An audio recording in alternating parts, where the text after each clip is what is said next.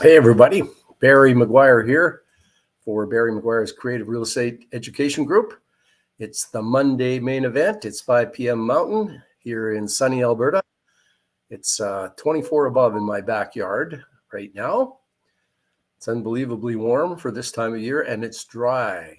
It's dry. As a gardener, I'm concerned about are we ever going to get any rain here? But we didn't come on to talk about rain or any of those kinds of things, except if you think you're getting some of my jam, you have to be concerned because all that stuff in the backyard needs water. I'm going to make jam and pass it out. But it's the Monday main event. We talk about creative real estate. We talk about all the things around creative real estate. We have found some fantastic experts on. We have development folks, we have foreclosure experts, we have financing guys, we had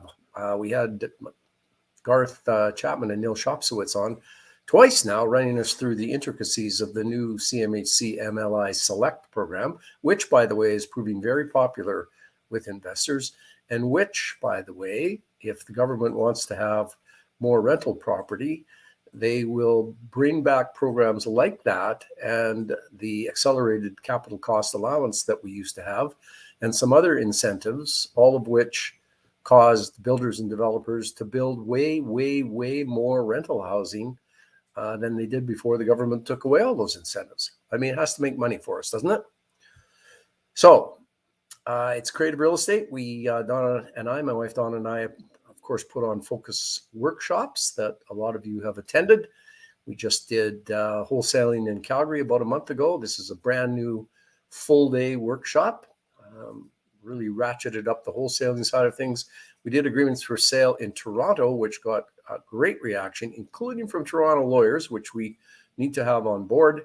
And we are working our way up to the Rapid Cash program, which is a full 2 days worth of live event coming up here in Edmonton on May 27th and 28th.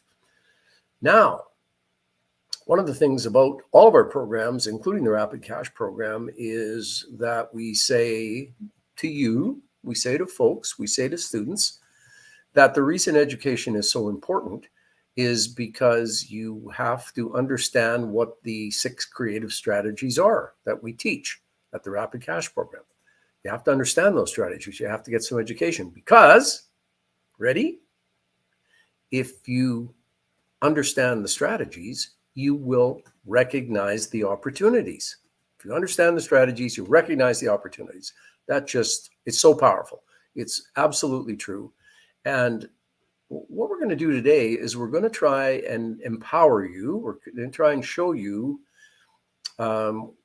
what some of those opportunities are. And when folks say, I've tried, I can't find anything out there, nothing seems to fit. I've looked at the MLS, I've looked at Kijiji, my marketing, nothing is working.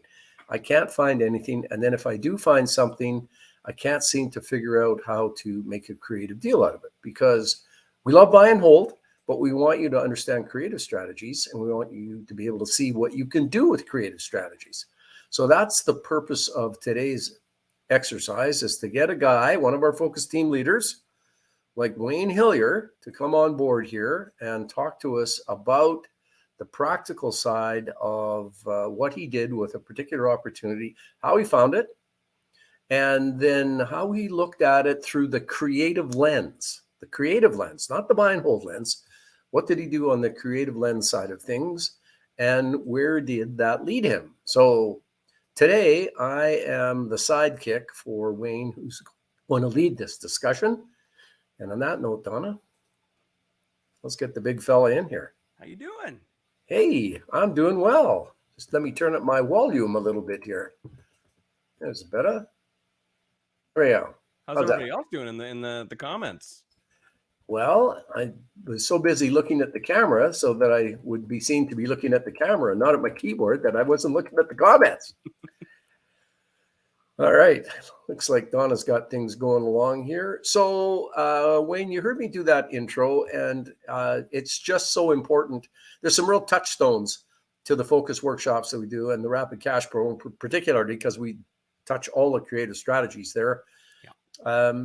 this notion of if you understand the strategies, you'll recognize the opportunities. I know you and Gabby went through that, and I think it led you to pretty wide-ranging view, perspective, and implementation of those strategies. So tell us what we're going to do today. Well, Barry, what I'm going to do is I'm going to share my screen, and I'm going to find a property. I'm going to walk through I'm not going to walk through how I would negotiate with the seller, but let's just pretend I'm going to try and find an opportunity, a lead that I would normally work through, and a seller that I contact. And then I'm going to pretend as if they said yes.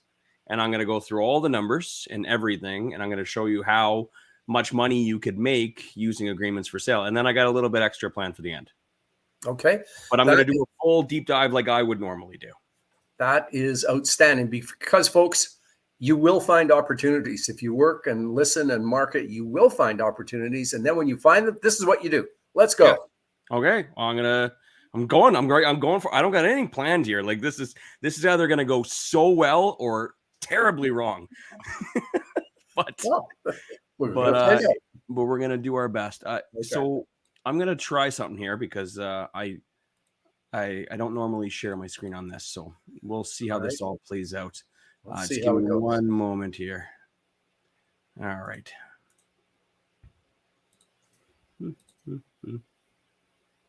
Why isn't it sharing? Goodness gracious. See, we're already off to a bad start. I can't find my screen.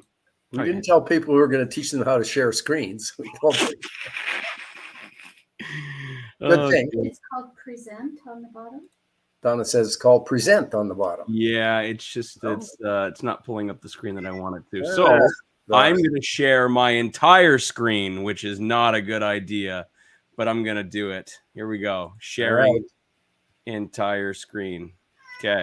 Oh, God, that looks crazy. See what I mean? Okay. Yeah, well.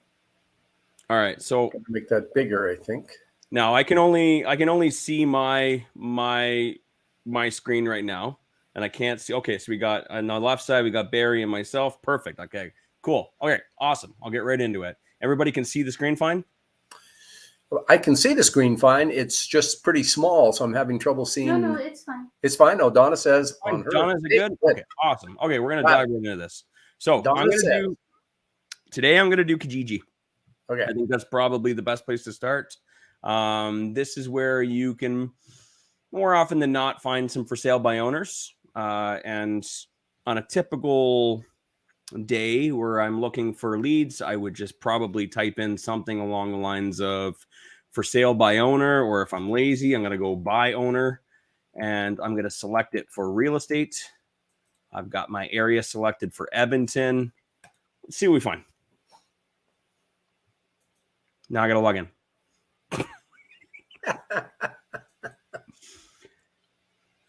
Hang tight, everybody. This is what I meant. This is off to a great start. Okay, cool. Let me just type in my email and password. As we're doing this, but isn't real estate to some extent improv? Sure. You learn, you do, and then you have to think on your feet to let it carry you along to where you want to go. There's only so many exact scripts that work out. You gotta roll with the punches.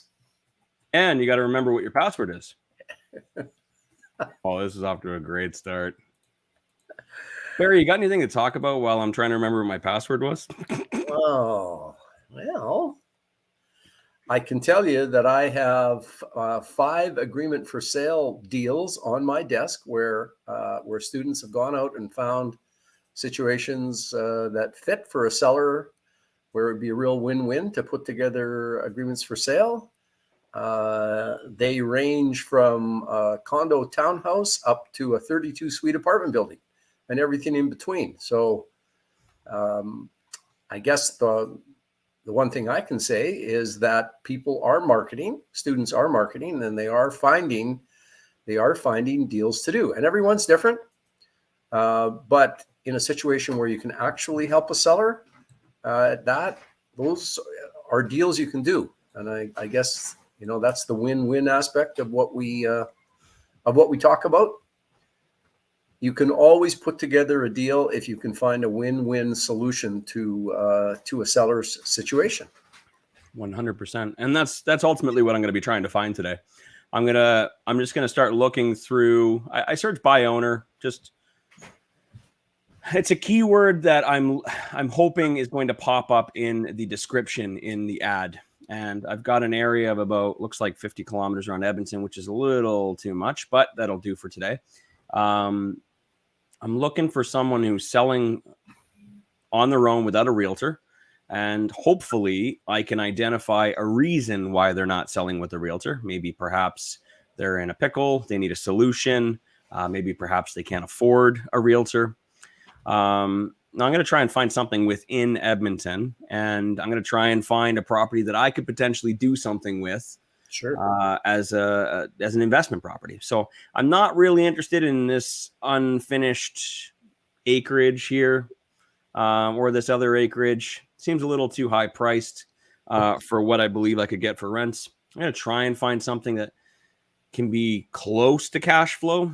I know and understand that not all agreement for sale deals typically cash flow, but see what we can find. I've got looks like a $450,000 house here with a legal basement suite. Okay. Take a peek and see what it looks like. This one, okay, it could potentially be a pretty decent deal here. It's for sale by the owner. Okay. All right. That one's one. So that's a potential. I mean, what you'd normally do is just hop into the comments here, send them a message and say that you're interested and set up a viewing. Again, we're not going to really go through the whole negotiation side today, but I'm just looking for something unique. I'm trying to find something that this was actually just posted 13 minutes ago. Okay. I'm looking for something unique, where I can find a little bit of desperation or something. So that's definitely one. Maybe you can message them and reach out to them and see if they'd be open to some seller financing, or at the very least, just contact them and find out, hey, if you don't mind me asking, why are you selling? Or, if you don't mind me asking, why aren't you using a realtor today? And see what kind of comes back. And yeah, might be some options there. I got something in Redwater, Fort Saskatchewan. Okay. Here's one ready to move in, Spruce Grove, but you see here, it's got an MLS listing. I don't know if you guys can see it that close. I know it's a little smaller, but if there's an MLS listing here, it's not for sale by owner. That's it's very likely a realtor. Yeah, here you go. A realtor has listed it, and it's not for sale by owner. So I don't typically want to contact a realtor or a property that's on the MLS.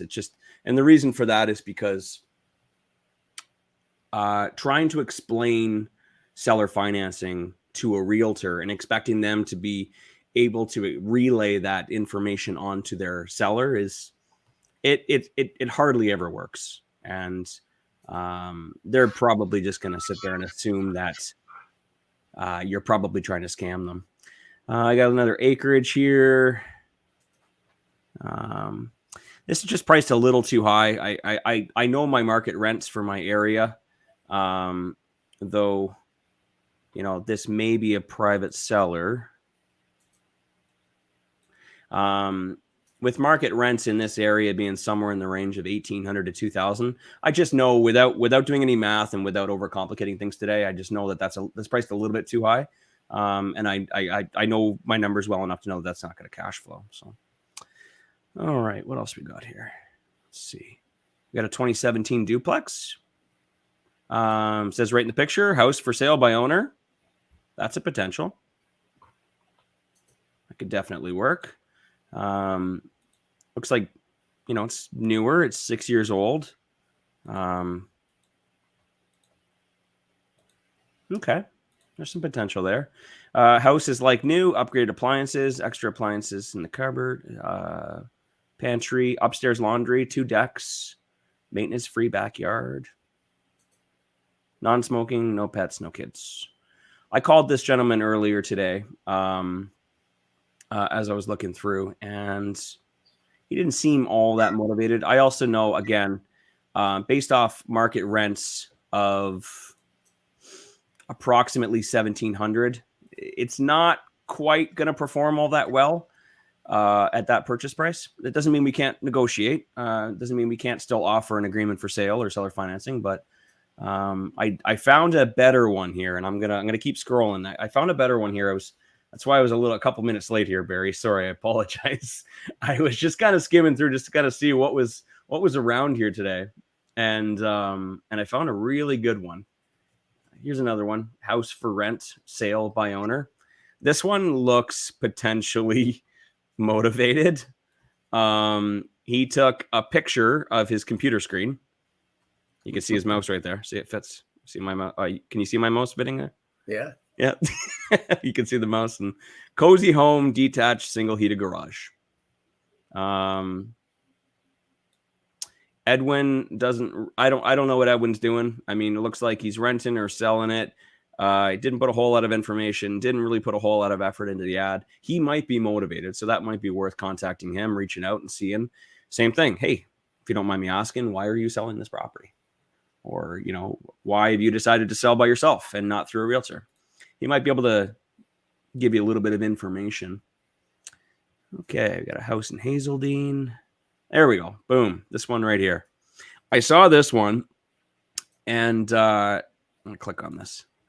I saw this one and I actually recognized it because I actually approached another seller a couple years ago in this same complex in Abbotsfield. And I happen to know quite a bit about it.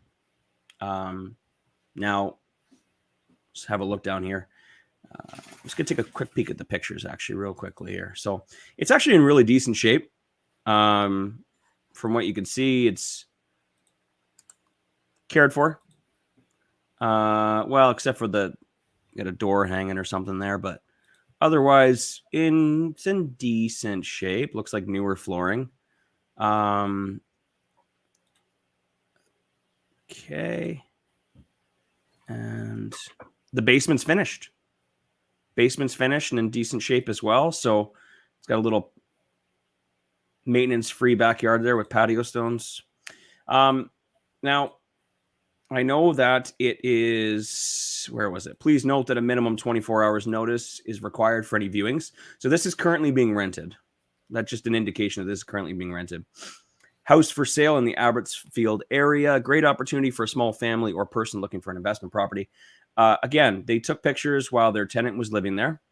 Tenant's still in there and they want to sell it. So that tells me that, I mean, I wouldn't say that they're like desperate or motivated, but they certainly don't want to be a landlord anymore.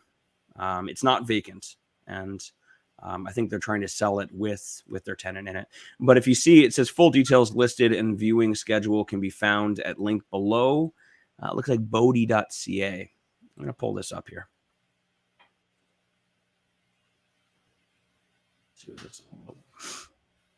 Okay. So Bodie, I did a little bit of research into Bodie here. Bodie is a website that allows you to list your property for free. So Mike is selling this home using Bodie. Here's Mike's phone number. You can schedule your viewings right here.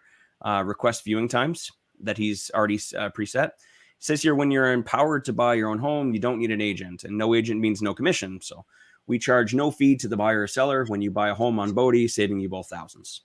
So they've indicated this is the typical realtor costs, and here's the savings because they don't charge. So this person is trying to sell their rental property. This is the information that I've got so far, at least. They're trying to sell their rental property.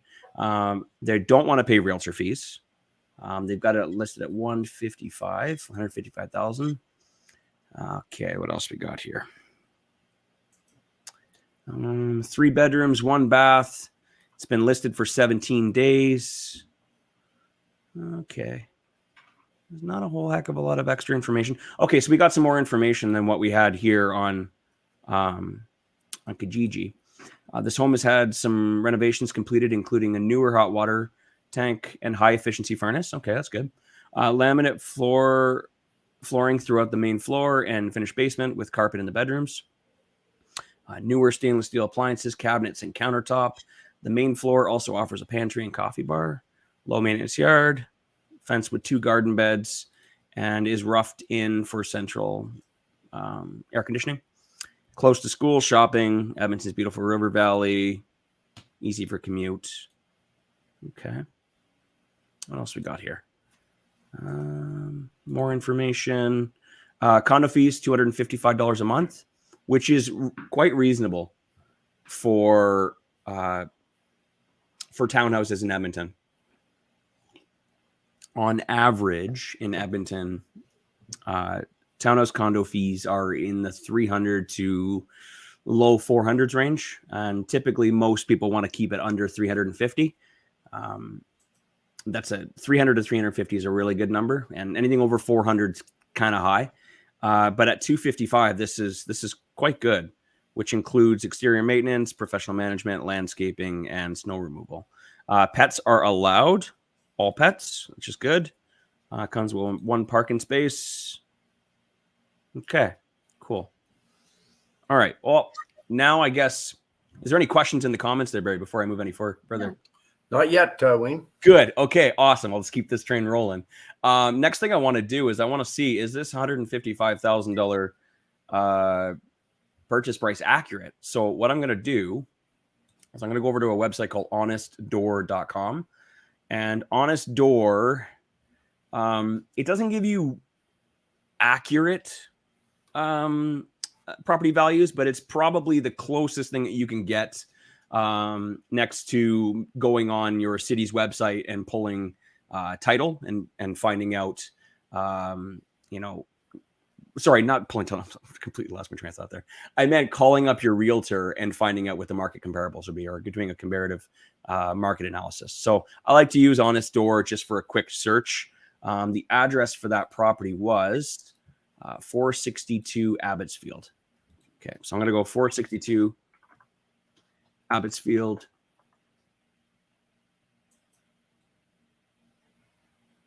Okay. Let's see what it comes up with.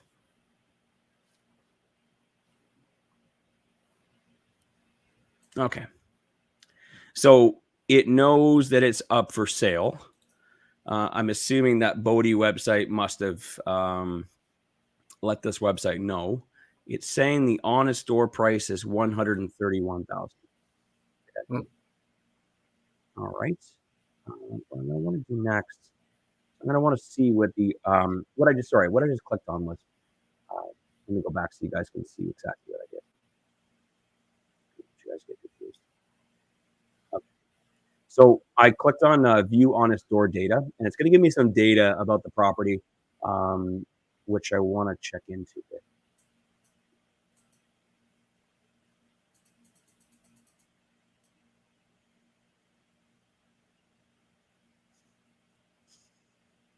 Only when you're live, eh, Barry? Nothing works? Well, you know, I don't think it's only when. It's just, that's only when people see you. True.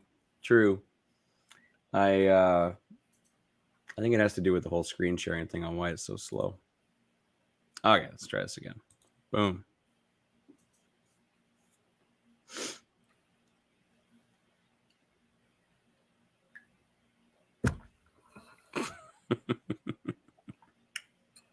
Okay, it's loading. And if you guys are bored by this, just put boring in the comments. If this is too boring and it's not moving fast enough, just feel free to be honest and say boring. It's totally okay. But I promise you, what I have next coming up is going to blow your mind. I know it's just basic, just doing a little bit of research, but what I've got planned is quite exciting. Okay, cool. So it says here that it's about 1,066 square feet, which is great.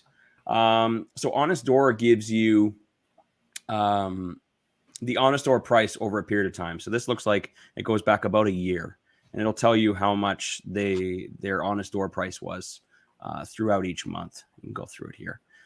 So the highest was June of last year. That's when the market was quite high, and it was about 145,000.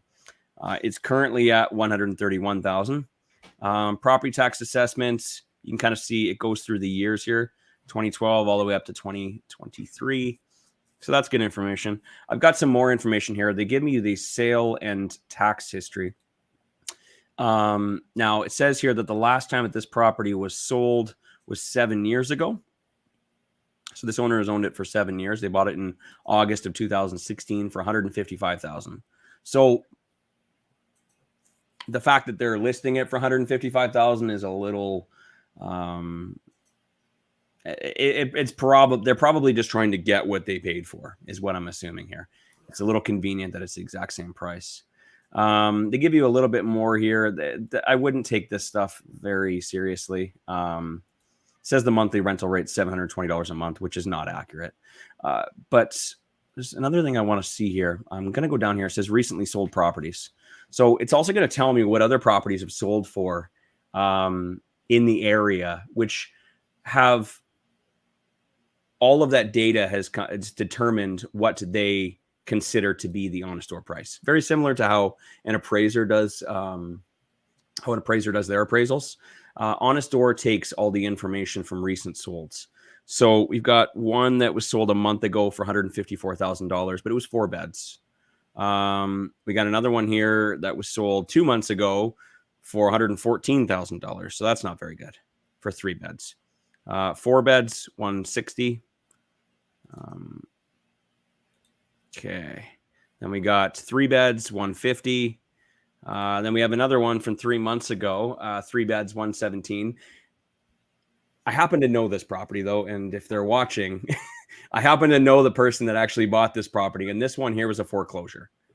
And then we have another one 3 months ago that 118. So my guess is that there were a couple foreclosures here in the last little while, because there's quite a significant difference between 150 and 117, 118. So I know for a fact this one was a foreclosure. So if you add up all of these, 3 bedrooms, you got 118, 117, 149, and 114. It makes a lot of sense why this is listed for 131, right? But if you take into consideration, and I would have your realtor, run some comparables. Sorry, run the sold comparables and see if you can get all of these sold listings, and check and see if they were bank owned or if they were court ordered foreclosures. It'll give you a better indication of what the quality of it was. You can also see the pictures in the old listings and see what kind of condition they were in, because we're looking at a property here that is in like pretty decent shape. It's newly renovated. It's got stainless steel appliances.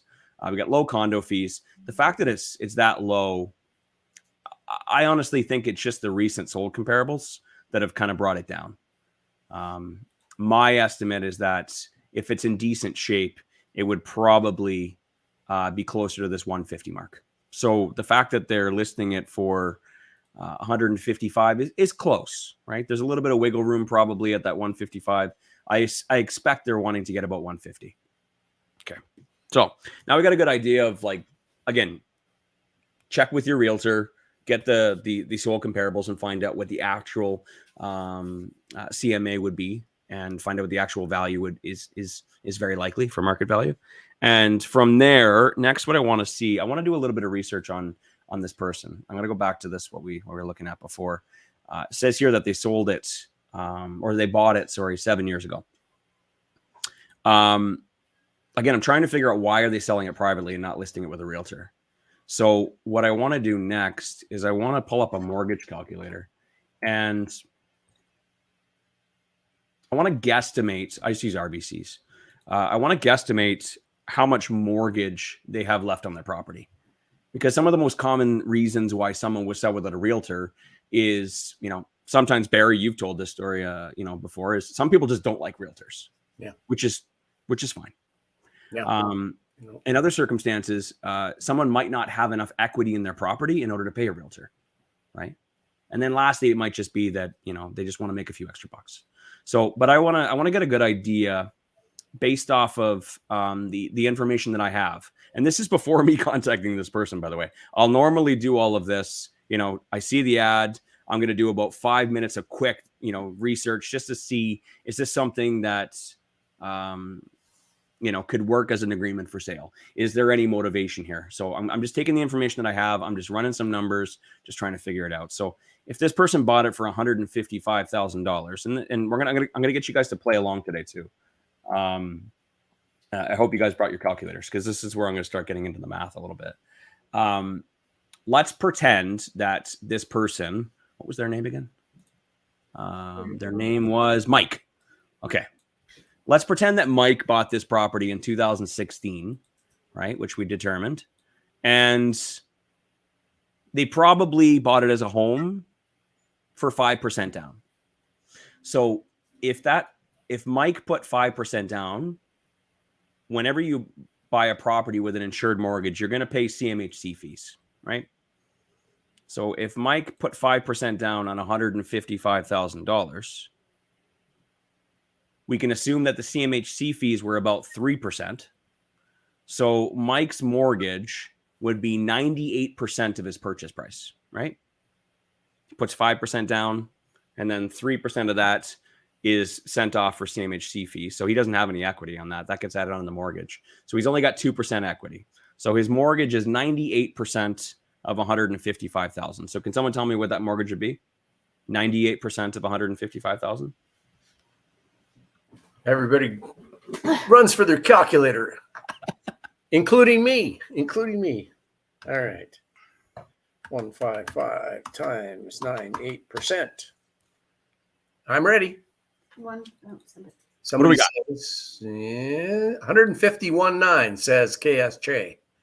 KSJ, thank you. $151,900.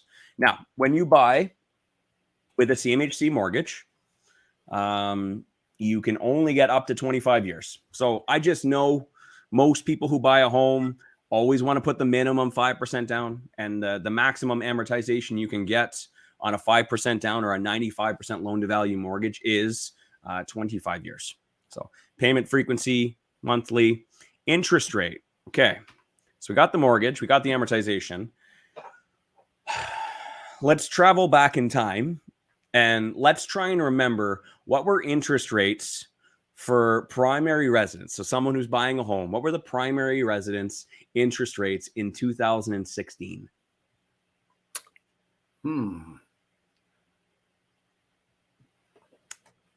Some of you guys were buying houses around that time. Maybe Classic. Rough guess, or you can 5 Google year. it too. Classic 5-year term. 5-year fixed. 5-year fixed. By the way, folks, the mortgage calculator Wayne has got here. He said RBC. That's a free calculator. All the lenders have them. Find one that works. Collect it with your other software that you have. The quick connection to Honest Door and to Bodie and to a mortgage calculator. And you can do these very quickly. Wayne said he spends about 5 minutes. I'm sure with practice, you're not going to spend much more than that before you've got a pretty good idea of what's going on with the property.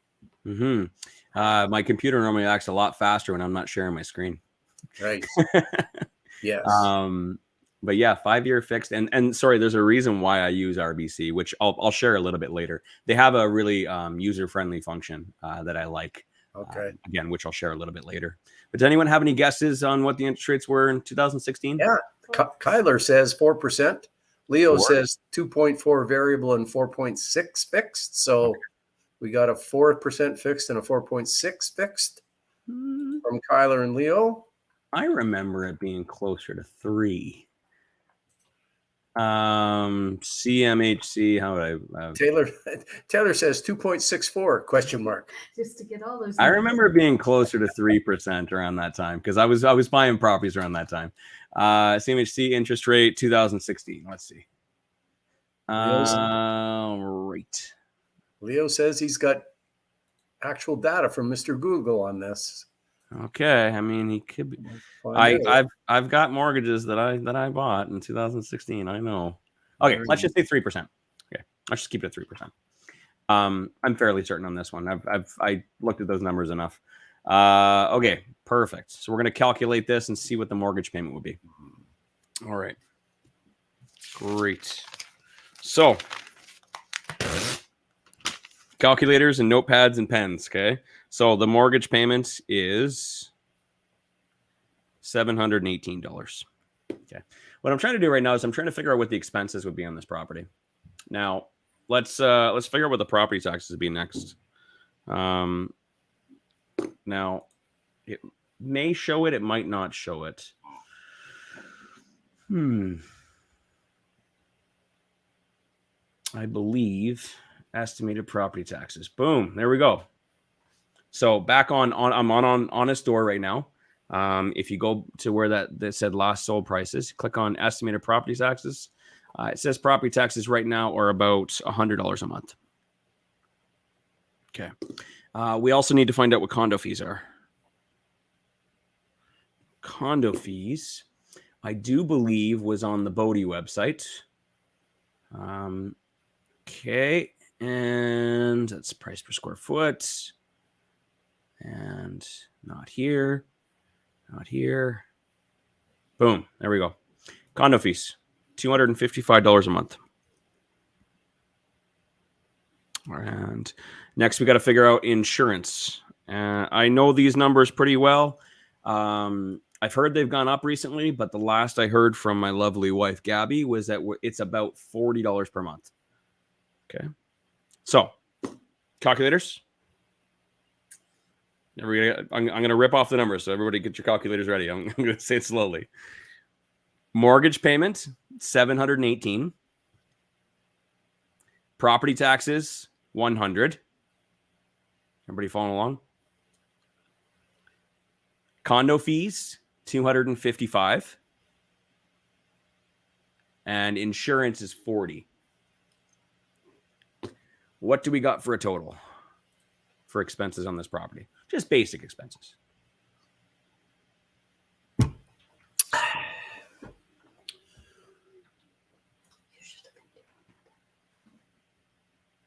I can't see the comments. I've only got my screen on.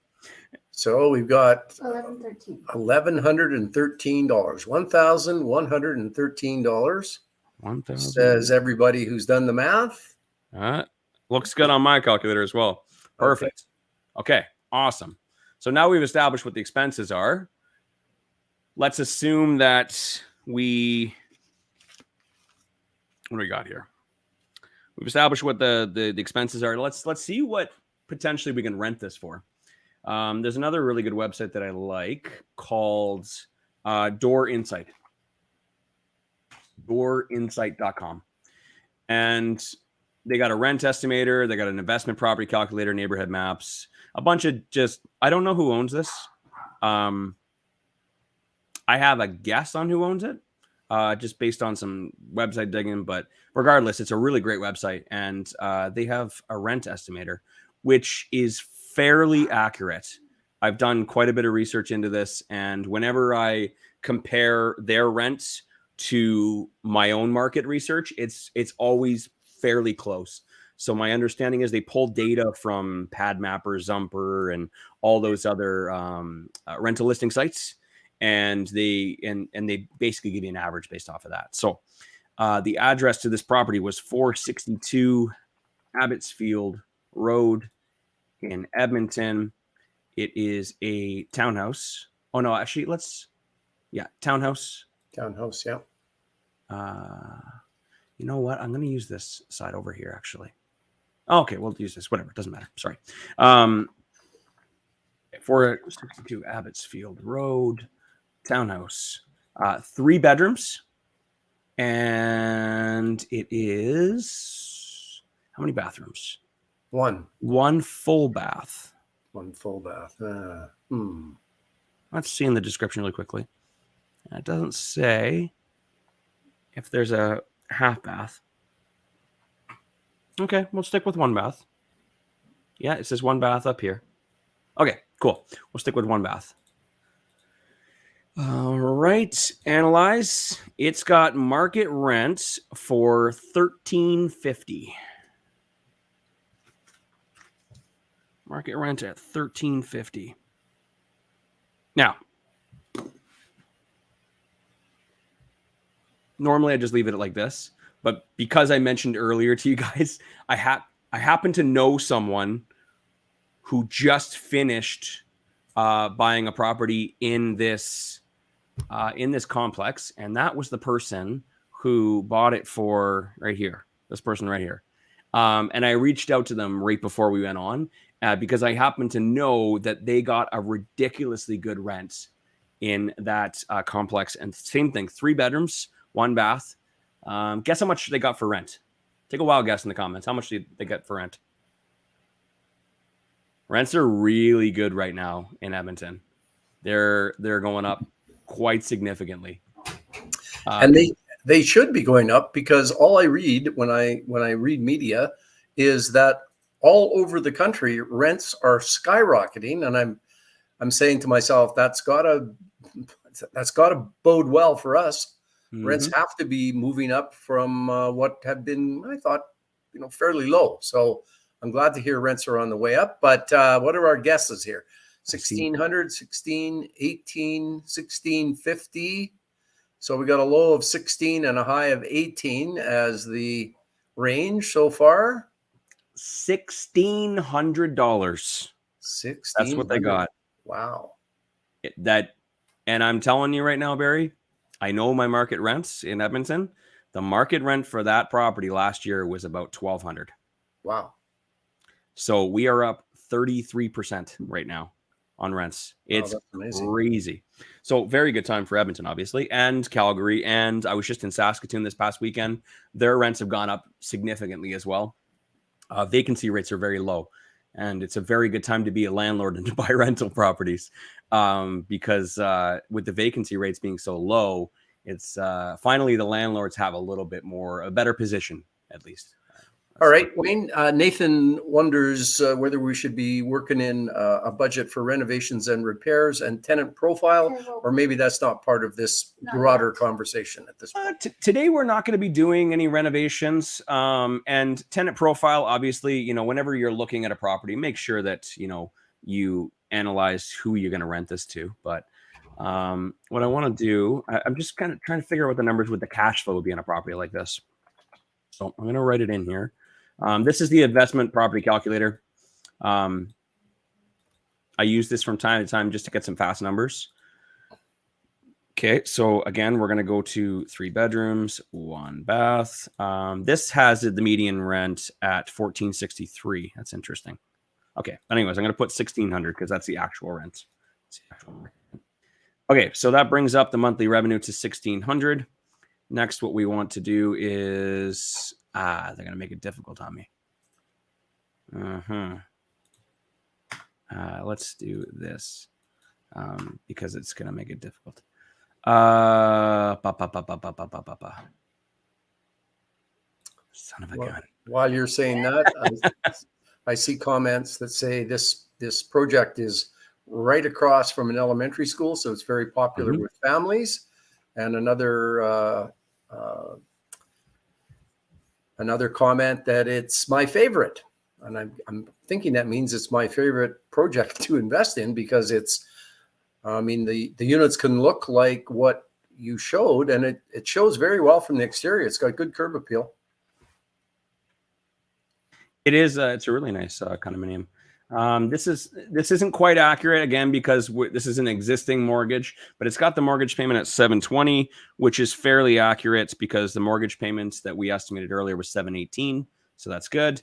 We're gonna plug in. We don't need any legal fees on this particular one. We'll just leave that separate. What I want to add in is property taxes of $100. I want to add in insurance, which was $40. Where is maintenance fees, which is condo fees? I think that's the right spot to put it. Maintenance fees is okay, $255. And did I get everything? Insurance, property taxes. We got that. Got that. Okay, perfect. All right. Also, obviously, you're going to want to add in some repairs and maintenance as well. This varies from person to person. On average, most people put 2 to 4% aside of their rent every month, a percentage that's allocated towards replacing floors and painting and appliances repairs and toilet repairs and HVAC and water heaters, et cetera, et cetera. So Because it's a little bit older, I'm going to put 4%, which is going to be $64 a month. And then lastly, a good real estate investor who's treating this like a business and being proactive. Most rentals, you can assume, or to be safe, you should set aside one rental. You should expect 1 month of vacancy after every 1 year lease. So let's just pretend that at the end of every 1 year lease, everyone moves. And when they move, you have it empty for a month, and that comes at a cost. So what I typically do is, if you assume that you need 1 month of vacancy set aside every year, what I'll do is I'll divide 100% divided by 12 months, which gets me 8% per month. So if you set aside 8% of your rent every month, over 12 months, you'll have accumulated 96% of a rental payment or expenses. So we'll set aside, hopefully that makes sense. Sorry. We'll set aside another $128 a month. And voila, we have a monthly cash flow of $293. Not bad. That's actually not bad at all, considering this person has it amortized over 25 years with a minimum down payment. So this property kind of works as is. Not a whole heck of a lot extra needs to go into it. Keep in mind, we're very grateful for the fact that this seller is very likely carrying a very low interest rate compared to what we have today. If you were to go buy this property today, you're probably looking at 5 to 5.5% interest rate. So when you propose an agreement for sale to someone, what you're doing is you're getting the benefit of being able to utilize their existing underlying mortgage interest rate. So what I'm going to do to this for this person now is, again, we're not going to get too deep into this, but let's just say, for example, I go in here and I go over to Bodie, and I'm going to call up 825-993-7601. I'm going to call up Mike, and I'm going to ask him some questions. I say, hey, Mike, saw your listing on Kijiji, followed it over to the Bodie listing, and see that you're trying to sell your rental property. Looks like you got tenants in it. Yeah. Okay, awesome. If you don't mind me asking, why are you selling your property? Hopefully get a little bit of information. It's hard to say what that motivation might be, but a lot of times when someone's a landlord, they just don't want to be a landlord anymore. And I'll ask a little bit of information about the tenant. I will also ask them, hey, Mike, if you don't mind me asking, why are you not using a realtor? And he might tell me, well, I just don't want to pay for the realtor, or I don't like realtors. One more thing I want to look up, and I just realized I forgot to do it. I'm sorry, Barry. Before I make that call, I want to see how much he has left on his mortgage based off of this information that we had earlier. And this is something I definitely want to do before I call Mike. So I'm going to do it right now. I'm going to go back to my RBC mortgage calculator. And we determined earlier that the mortgage that he likely started with, was $151,900. Interest rate 3%, amortization 25 years. I'm going to go to the view chart. And I mentioned earlier, this is one of the features that I like about this website. It's very user-friendly. I'm going to go to amortization table. So imagine here, this was when his mortgage started in 2016. And he bought it in 2016, and today is 2023. So that's 7 years later. Okay, so we're going to go 1 year, 2 year. You guys can see my mouse. 3 years, 4 years, 5 years, 6 years, 7 years. So his current mortgage balance is 100. If it was 3% and his interest rate was the same when he renewed at the 5-year mark, his mortgage would be somewhere in the range of $120,000. And this is good information for me, because I know that he's trying to sell for $155,000. I know that he very likely, plus or minus $1,000 or $2,000, he very likely has an underlying mortgage or an outstanding balance of $120,000. And that's good information for me, because I know that is probably his bottom line. That's probably the lowest he'll accept, because he needs to pay out his mortgage. So before I call Mike, I want to know what his bottom is before I even, hey, what's the lowest you're willing to accept? No, I already know before I call him, right? So get back to the phone with Mike. I'm going to ask him why he's not selling with a realtor. I may ask him, if you don't, what would you be willing to accept? And then lastly, depending on my negotiation, how we go about doing it, I propose, Mike, what if, I made you an offer of $145,000. Would you be willing to carry financing for me for a period of time? And if Mike is motivated enough, let's just say he is. Let's just say, let's play a scenario. Barry, this is probably a pretty common one. Mike is crying on the phone. He said, my last tenant completely screwed me over. They owe me $6,000. I'm just done with this stuff. My current tenant is really great. She's fantastic, but I've been doing this landlord thing ever since 2018 when I lost my job, and I'm barely, making it ends meet, and I just don't want to deal with this anymore, and I just want this thing gone. I just want it off my plate. Hear those stories a lot.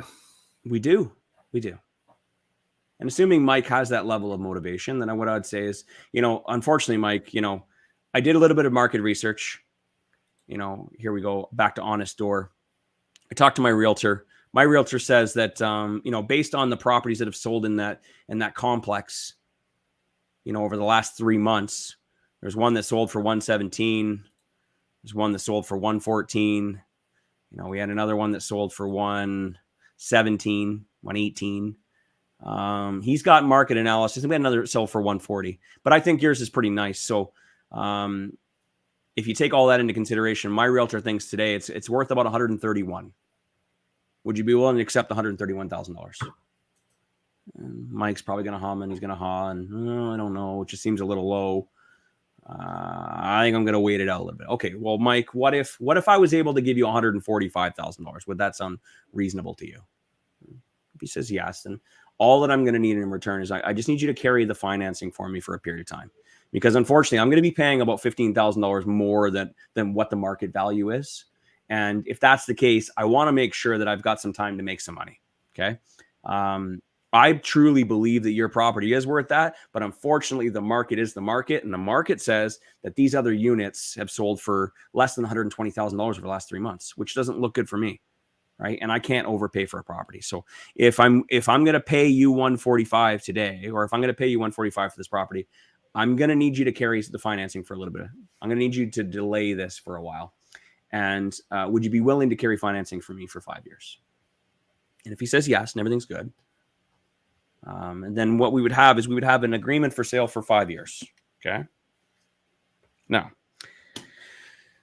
let's say Mike wants $10,000 down. Mike says, my mortgage is about $120,000. We determined Mike's mortgage is about $120,000. I kind of want some of my money today. And we asked Mike, how much do you want?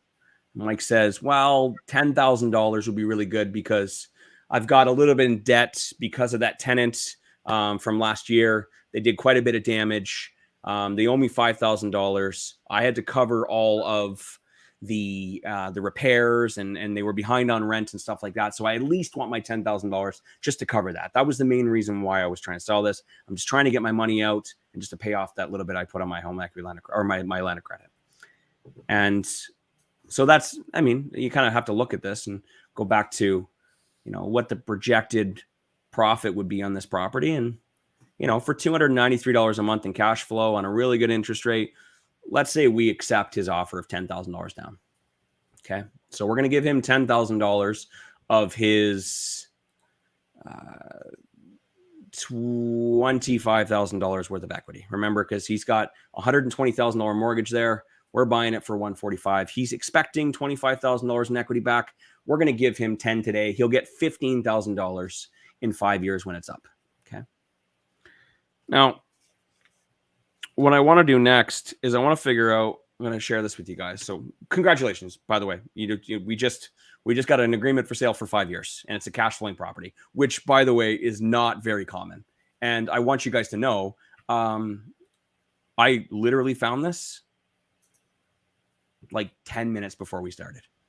So there are deals like this all the time. I could have very well found nothing today, but today I happened to find a few opportunities. We scrolled through a couple on Kijiji. We could have called those guys, but this one right here is a very rare opportunity where you can propose something that would actually cash flow, and that's why I like this property. So Barry, I'm fairly certain that Mike's probably getting about 12 to 15 calls in the next hour. Hey, would you be interested in selling by way of agreement for sale? Hey, would you be interested in seller financing? Yeah, probably will. But, as my dad used to say, who sold insurance, if you make those calls, you'll make those sales. So that's why we do it. Yep, absolutely. And that's all you need to do is every day, just, Kijiji is one example of a place where, you can find leads like this, get on the phone, have a conversation, ask them, you mind me asking, why you're selling? Get them talking. You never know. You can never guess a buyer's motivation. You can't. And I know you look at this and you're like, oh, they would never do something like that. You don't know until you call. Yeah. Wayne, that's so important. We talk about that all the time at the Rapid Cash program. Is there's no predicting seller motivation. You impose your own, what would I do in this circumstance, on the seller's circumstance. Like, he would never do that. We are surprised, and we keep getting taught that lesson. And there continue to be new reasons that sellers are motivated that we never think of. So, folks, that's really an important part of the Rapid Cash program is that you learn how to talk to sellers. You learn some of the things about what motivate them. You learn not to be surprised at all the reasons they get motivated, and you learn that there are deals out there, and you learn how to have these kinds of conversations that Wayne had with himself, with Mike, so that you can get to a point where, when Wayne said, I know you want 15,000, but what do you need? What do you need? And that, is likely where Mike said, okay, got to have a minimum of 10,000. Yeah. So, Wayne, that was fabulous. I got more, Barry, but wait, there's more. There's more. All right. We haven't talked about profits. Hit it. Let's go. This deal, how much money would you make? And we're going to go through that right now. And we're going to use the same tools that we've been using this whole time, these same 5 websites. So we already assumed that this was 2016. Okay. This right here is 2023. But what you're going to do is you're going to have this property for the next 5 years. So based on the fact that, and by the way, a lot of this is going to be very confusing to you right now. And if you don't understand how the whole seller financing agreement for sale works, definitely go take the Rapid Cash workshop on May 27th. 27-28. Yep. And you will understand how this all works. But what I want to show you guys today is how much money you can make, the ROI you're going to make on that $10,000. And also I'm going to add in one extra thing. We're going to go a little over 6 o'clock today. Is that okay? Yeah. Okay. I'll rip through the last part pretty quickly. I'm pretty good at math. Okay. So this right here is, we established, is 2023. Now, you're going to be making payments now with this agreement for sale. You're going to be making your payments directly to the seller, and the seller is going to make the payments on the mortgage. Okay. Very basic agreement for sale fundamentals. They're going to keep the existing mortgage in place, except you're going to make the payments for them of $718. You're going to send it to them. The seller is going to take that $718 and they're going to pay their mortgage every month. Okay. Now, all that mortgage paid down for the next 5 years is yours. So we're going to go the next 5 years, 1 year, 2 year, 3 years, 4 years, 5 years. So guys, in the comments, 120,000 subtract 92,000. Let's say 93,000. So 120,000 take away 92,000 is 27,000. 27,000.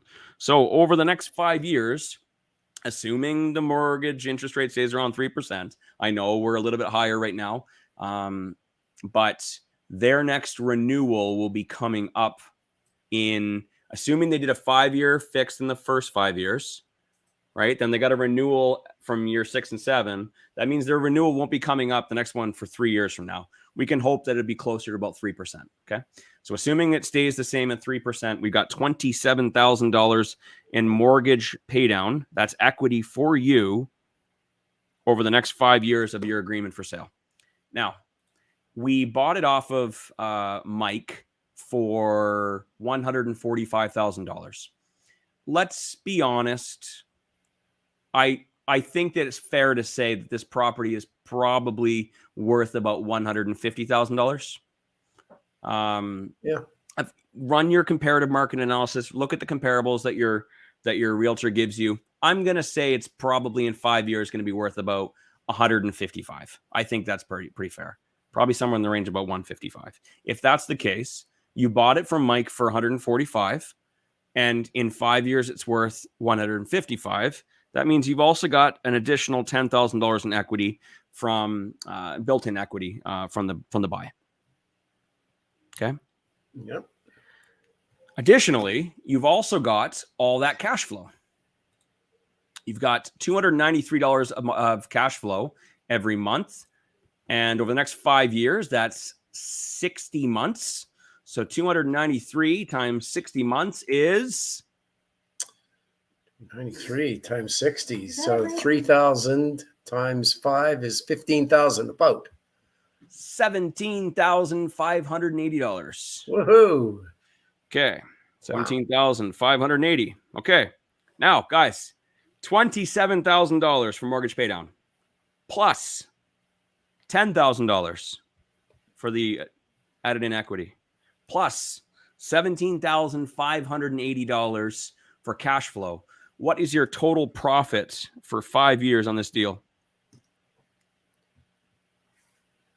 37, 47, 57, 54, 53, 5. In my head. I'm doing this in my head. 54. Was anyone got it? Come on, guys.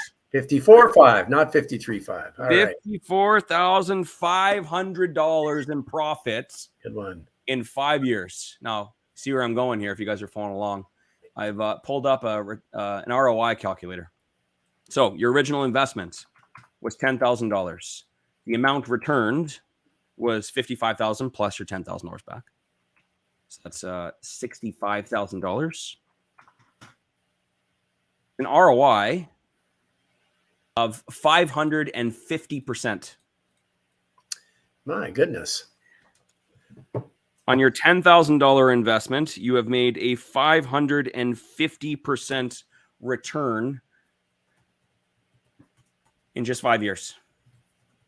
If you want to just use basic math, that's 100% a year. 110% per year. 110% per year. I'll take that every day. Yeah. I got a few investments that aren't doing as well as that, I'll tell you. Yeah. I tell you, it's pretty amazing. And don't forget, you didn't have to carry a mortgage. The seller carried the mortgage for you. Yeah. Is that not a good deal? And it cash flows. That's a good deal. That's a And good cash deal. flows. And there's, room to wiggle, good cash flow, good profit. Now, folks, these are not exact numbers. You understand that there's some estimating going on in here, but it's pretty close to how that would be based on the numbers we picked. Mm-hmm. Pretty close. Now, Barry, what if we added? I'm sorry, I'm going over, but I got to get this in here. There's an extra layer that I wanted to add in here because it's not just agreements for sale that you're going to be covering on May 27th to 28th. You're also going to be covering is it 6 strategies. 6 strategies. And one of those other strategies is called rent to own or lease options. Yeah. Some people understand what rent to own is. Some people don't.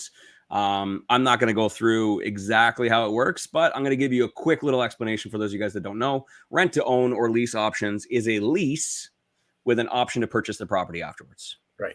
Okay. So you're going to have your normal rental lease. And then you're also going to have an additional add-on page, normally 1, 2, could be longer pages, that explains that your tenant buyer has the right to buy it for a certain price, for a certain amount of time, in exchange for a consideration. For those of you guys that understand stock options, kind of similar to like, you can have a stock option to buy a property or a stock for a certain price, and you pay a premium or an option payment every month for that right to buy that for that price. So what if we acquired this property by way of agreement for sale? Now we have possession of it. We can do with it whatever we want. We can rent it out. We can sell it. We could do a rent to own. What if we did a rent to own on that property and we charge our market rent plus an additional option to purchase the property afterwards? So I'm going to run through some very quick numbers just to give you an idea if you were to pair up these two creative strategies and do what Barry and Donna call creative combinations. If you were able to do a creative combination on this, acquire it by way of agreement for sale, and then give a new tenant an option to purchase it, how would that look? So I'm going to go through some quick numbers with you guys. Let's assume we do a 5-year rent own. So we advertise on Kijiji or Facebook or whichever. We do an ad that says rent or rent to own, say for example, and contact us if you're interested in doing rent to own. So someone reaches out, says, "Hey, I've got a new job, just moved here. I need a few years to build up some credits. Probably need about 3 or 4 years. My mortgage broker says before I can qualify for a mortgage. I also need to save up the full down payment. And my mortgage broker says that I need 10% down in order to buy a property." So you look at this and you say, okay, cool. You've got it for $145,000. You assume it's actually worth about $155,000. So you tell the tenant buyer, let's call him Jim. Jim, I'll tell you what, I'll rent this property to you and I will give you an option to purchase it as well. There's going to be $1,600 a month in rent. And then you're going to pay a premium every month as well and an upfront option consideration. And I will reserve the right for you to buy this property off of me for $155,000 in 5 years. So you can rent it for 5 years.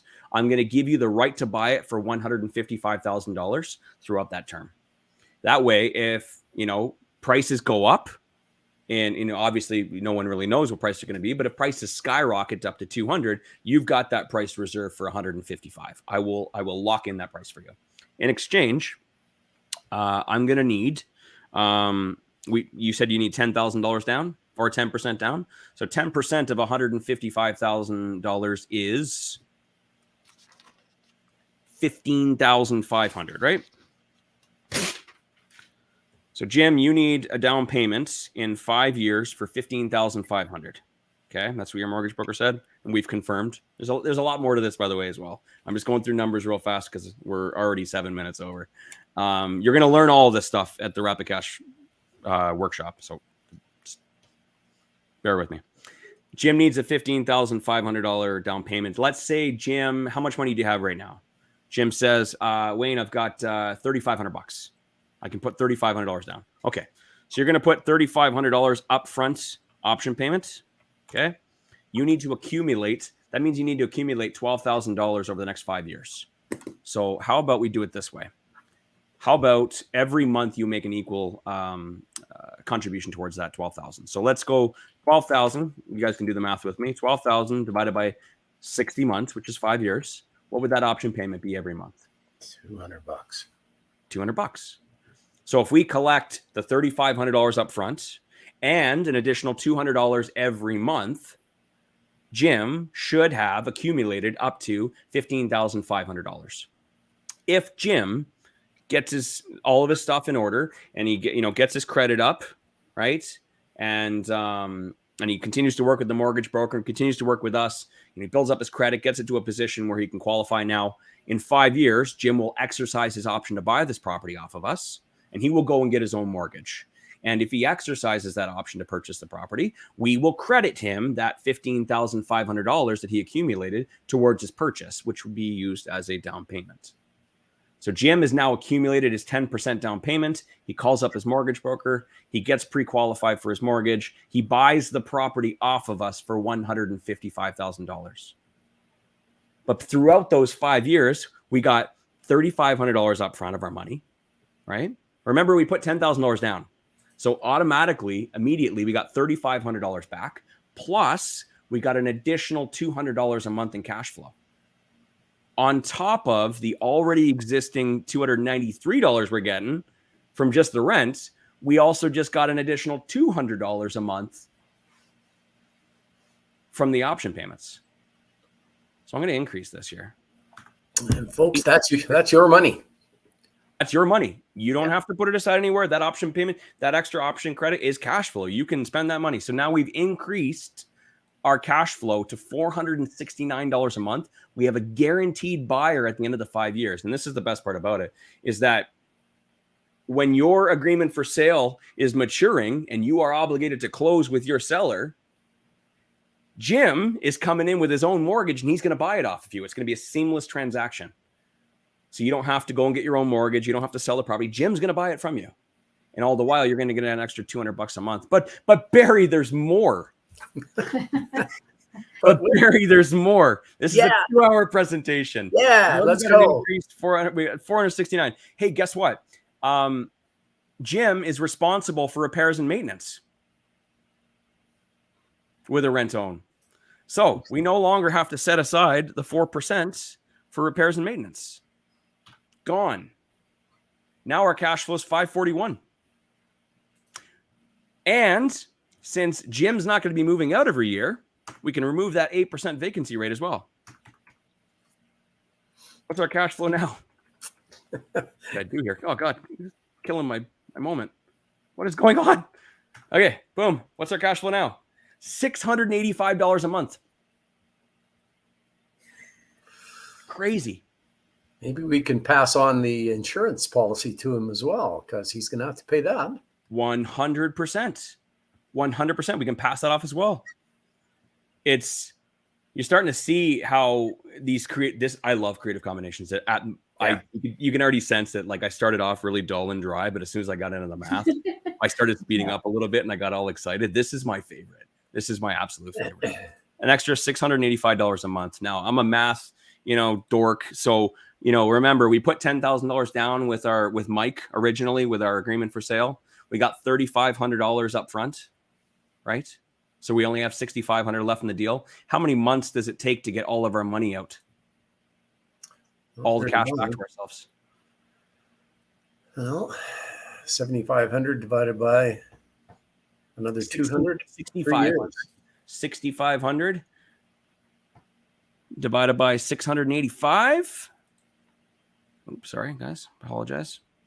6,500 divided by 685. Has anyone got it in the comments? You guys still following along? Well, no one's. Everybody loves real estate math, but you're the one doing them. 9.5 months. Payback. 9.5 months. All money back in your pocket, back in 9.5 months. So yeah, you're going to have to put $10,000 up front, but you're going to get all that money back in about 10 months. That's amazing. Yeah, okay. So now you guys are kind of have an idea of why I get so excited about this kind of stuff. I freaking love agreements for sale. I love rent own. I love creative combinations. There's a reason why I got so excited about this after the first time I took the course, and as well, why I love doing these things. There's so many possibilities. Wayne, that was great. And, we talk about creative combinations. If you're a person that doesn't have a bean in your pocket, but you've got someone who can help you out with the 10,000, that's another creative strategy called joint ventures. And now we've tacked the third strategy into our creative combination, which makes it even better. So yeah, the creative combination side of how these strategies fit together is so powerful. They reinforce each other and they turn what's a good deal into a great deal and then a fantastic deal. So, if you understand these strategies, you'll see these opportunities, and nothing like putting an opportunity together with a set of creative combinations. So that's really good. There's just one question there. Question? Is that Laura's question we're talking about? Oh, yes. Would this work with the dollar values we have in Ontario? Well, Wayne, what do you think about that? Ontario is a pretty big province. It's hard to say. I mean, you have to do your market research. Today's example was an example of a property with values and rents that are that I'm aware of. I don't know the values and I don't know the rents, market rents in many cities in Ontario. So you'd have to do your own market research to determine, very similarly to how I was scrolling past a few houses. I'm like, that's not going to work. It's not going to work, because I knew that price range is too high and I knew the market rents. So you have to become an expert in your market. You have to understand all the different property types, what the rents are for those property types, the areas, the tenant profiles, and just find those unique opportunities in your own market. I found some here. You can definitely find some in your market. I know that rent to own has always been popular in Ontario as well. But I would just highly recommend doing your market research, talking to your realtors, and finding something that'll work for you. So, Laura, yes, you could move to Alberta, but if you want to stay in Ontario, the market there is as good as it has been in certain areas for both the agreement for sale strategy because of some falling values, as well as for, as Wayne said, rent to own is extremely popular in Ontario. So yeah, you got to look and research and find and do and make adjustments for your own area. But yes, you can certainly do it. I got an idea. How about Laura comes out to the RCP workshop on May 27th, fly out, come hang out, and then you meet someone who lives here, and then joint venture partner with them. You give them the $10,000, you get your money back in 10 months. Yeah. Joint ventures. There you go. Yeah, happens a lot. I'll tell you, we get in those rooms with 50 or 60 motivated people, and over 2 days, you get to know someone if you've sat with them at the table, had breakfast with them, had lunch with them, worked on the problems and the exercises that we give people to do, and then participated with them in everything that we do over that 2 days. Yeah, if somebody is a person that would like to write checks for the Alberta area, guess what? You can find them right in that room. So that's a good idea, Wayne. That's a good idea for Laura or anybody else who wants to come. You don't have to be from Alberta to take advantage of this. These strategies work all across the country. And we also provide documentation that fits for your province. We don't have every piece of paper for every province, but we try and give you a Canada-wide view of the strategies along with documents that work across the country. So, folks, There's one more question. I'll tell you another question. What do we got? You guys mentioned insurance. Greg says, does the seller still need to have insurance in a rent to own? Well, Wayne, what's the answer? Okay, so you've got your seller, you've got you, the AFS buyer, and then in that circumstance, you have the RTO. Now, typically, you can still have the seller carrying the home insurance, not home insurance, but the investment, the property insurance. Yeah. However, I like to cover that. I like to do my own insurance, and I pay for it, because ultimately, if they have insurance on the property, I have to pay for it. So I'd much rather set up insurance for myself. You can find an insurance broker who's comfortable and familiar with agreements for sale. Say, hi, I'm buying this by way of agreement for sale. I want an insurance policy. I pay for it. Now that's for the property. Now we're going to go even more complicated, because now it's a condo. So condo board covers outside. I cover the inside value of the property and the appliances and that kind of stuff. And then the rent-own tenant buyer, like a normal tenant, would have their home and contents insurance. So they're going to have insurance for all their contents and all the other stuff, and then whatever they're responsible for as a tenant, as far as insurance goes. So I'll have cheap, and then I'll have a little bit more because I'm covering the building. It just, Greg, for some clarity, the fact that insurance has to be maintained by the seller unless Wayne takes it over, it's not an added cost. It's a cost that was there anyway, so it doesn't affect what we were talking about. Mm-hmm. And then one more question, and then we're out. Okay. Natarine says, what if you find a deal on the MLS? Do you approach it the same? Whoa, wow, that's a big question. It's complicated. I mean, if you're having your realtor tell their realtor telling the seller, I don't believe that your message is being transported properly or relayed properly. If you're contacting the realtor directly, the seller's realtor, even then it's very complicated. And unless of course the realtor understands the agreement for sale strategy, it in my experience and the experience of other creative investors that I know, it's never really worked out well. It hasn't been received well. So Yeah, that's just not to say often doesn't work to find deals on the MLS for a whole bunch of reasons. Sometimes it does in certain circumstances, but not for the example Wayne was using tonight. yeah. All right. Well, good job, Wayne. Thank you. Good job. Yeah. Good job. That was fun to go through that and see the steps, see the bits of software that you use that at your fingertips. Mhm. I can see why you can analyze these, so quickly, because you've got those. I think those are all free bits of software, are they not? Yep. They're Absolutely. all free, and so once you get some facility with them, you know your way around them, you can just zip through stuff and really get a good handle on what's going on. But the magic was it was great to have a deal with cash flow $293, but it was magic to see what a creative combination does to that cash flow and to how good that deal is as you work your way through the numbers and see how those pieces fit together. Yeah. So, all right, folks. Well, I really enjoyed doing this presentation tonight. So, I mean, we're gonna finish with. I mean, Donna's been telling you that about the Rapid Cash program, how to get in touch with us, how to register. Please seriously consider it if you're looking to move your real estate world forward. If you're short of money, if you're short of deposits, if you can't qualify, if you just want some other tools because you'd like to, not just do buy and hold, which we love, by the way, nothing wrong with buy and hold. You got to learn about it. You need education. This is the best damn education program in Canada for creative real estate. No doubt. It's taken me a long time to get to the point where I say that because, you're not supposed to say you're the best lawyer. They coach us as lawyers. You're not supposed to say you're the best. Well, fine. I'm not being a lawyer here right now. I'm being a guy who teaches great courses with great focus team leaders like Wayne. And it is the best damn program in Canada. Guaranteed. So you earned it. You earned it, buddy. And I mean, the success of your students just shows it. You know what I mean? Yeah. Look at the track record from all the people who have taken these courses and the amazing stuff that they've done. It seems like every time you put an RCP workshop on, you just think they're like, oh, what are we gonna talk about? But like, just always new stories. Every time we go there, it's like, oh, I got this new deal. And there's constantly students just doing more and more new deals and just and surprising us with like the new stuff that people come up with too.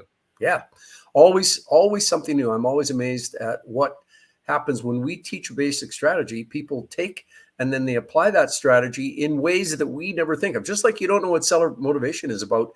I'm always surprised at how the strategies are applied successfully. Now, Donna, are we missing anything? No, it's all good. Are we good? Yeah, we're all You got her? Wayne, we're good. Just a long one, Barry. This is good though. That was worth it. I was on tenterhooks the whole time, wondering where the heck we're going to get to. So, thanks, folks, for showing up and listening and staying. Do consider Rapid Cash coming up May 27, 28. And on that note, we'll say good night. Good night, everybody. Yes.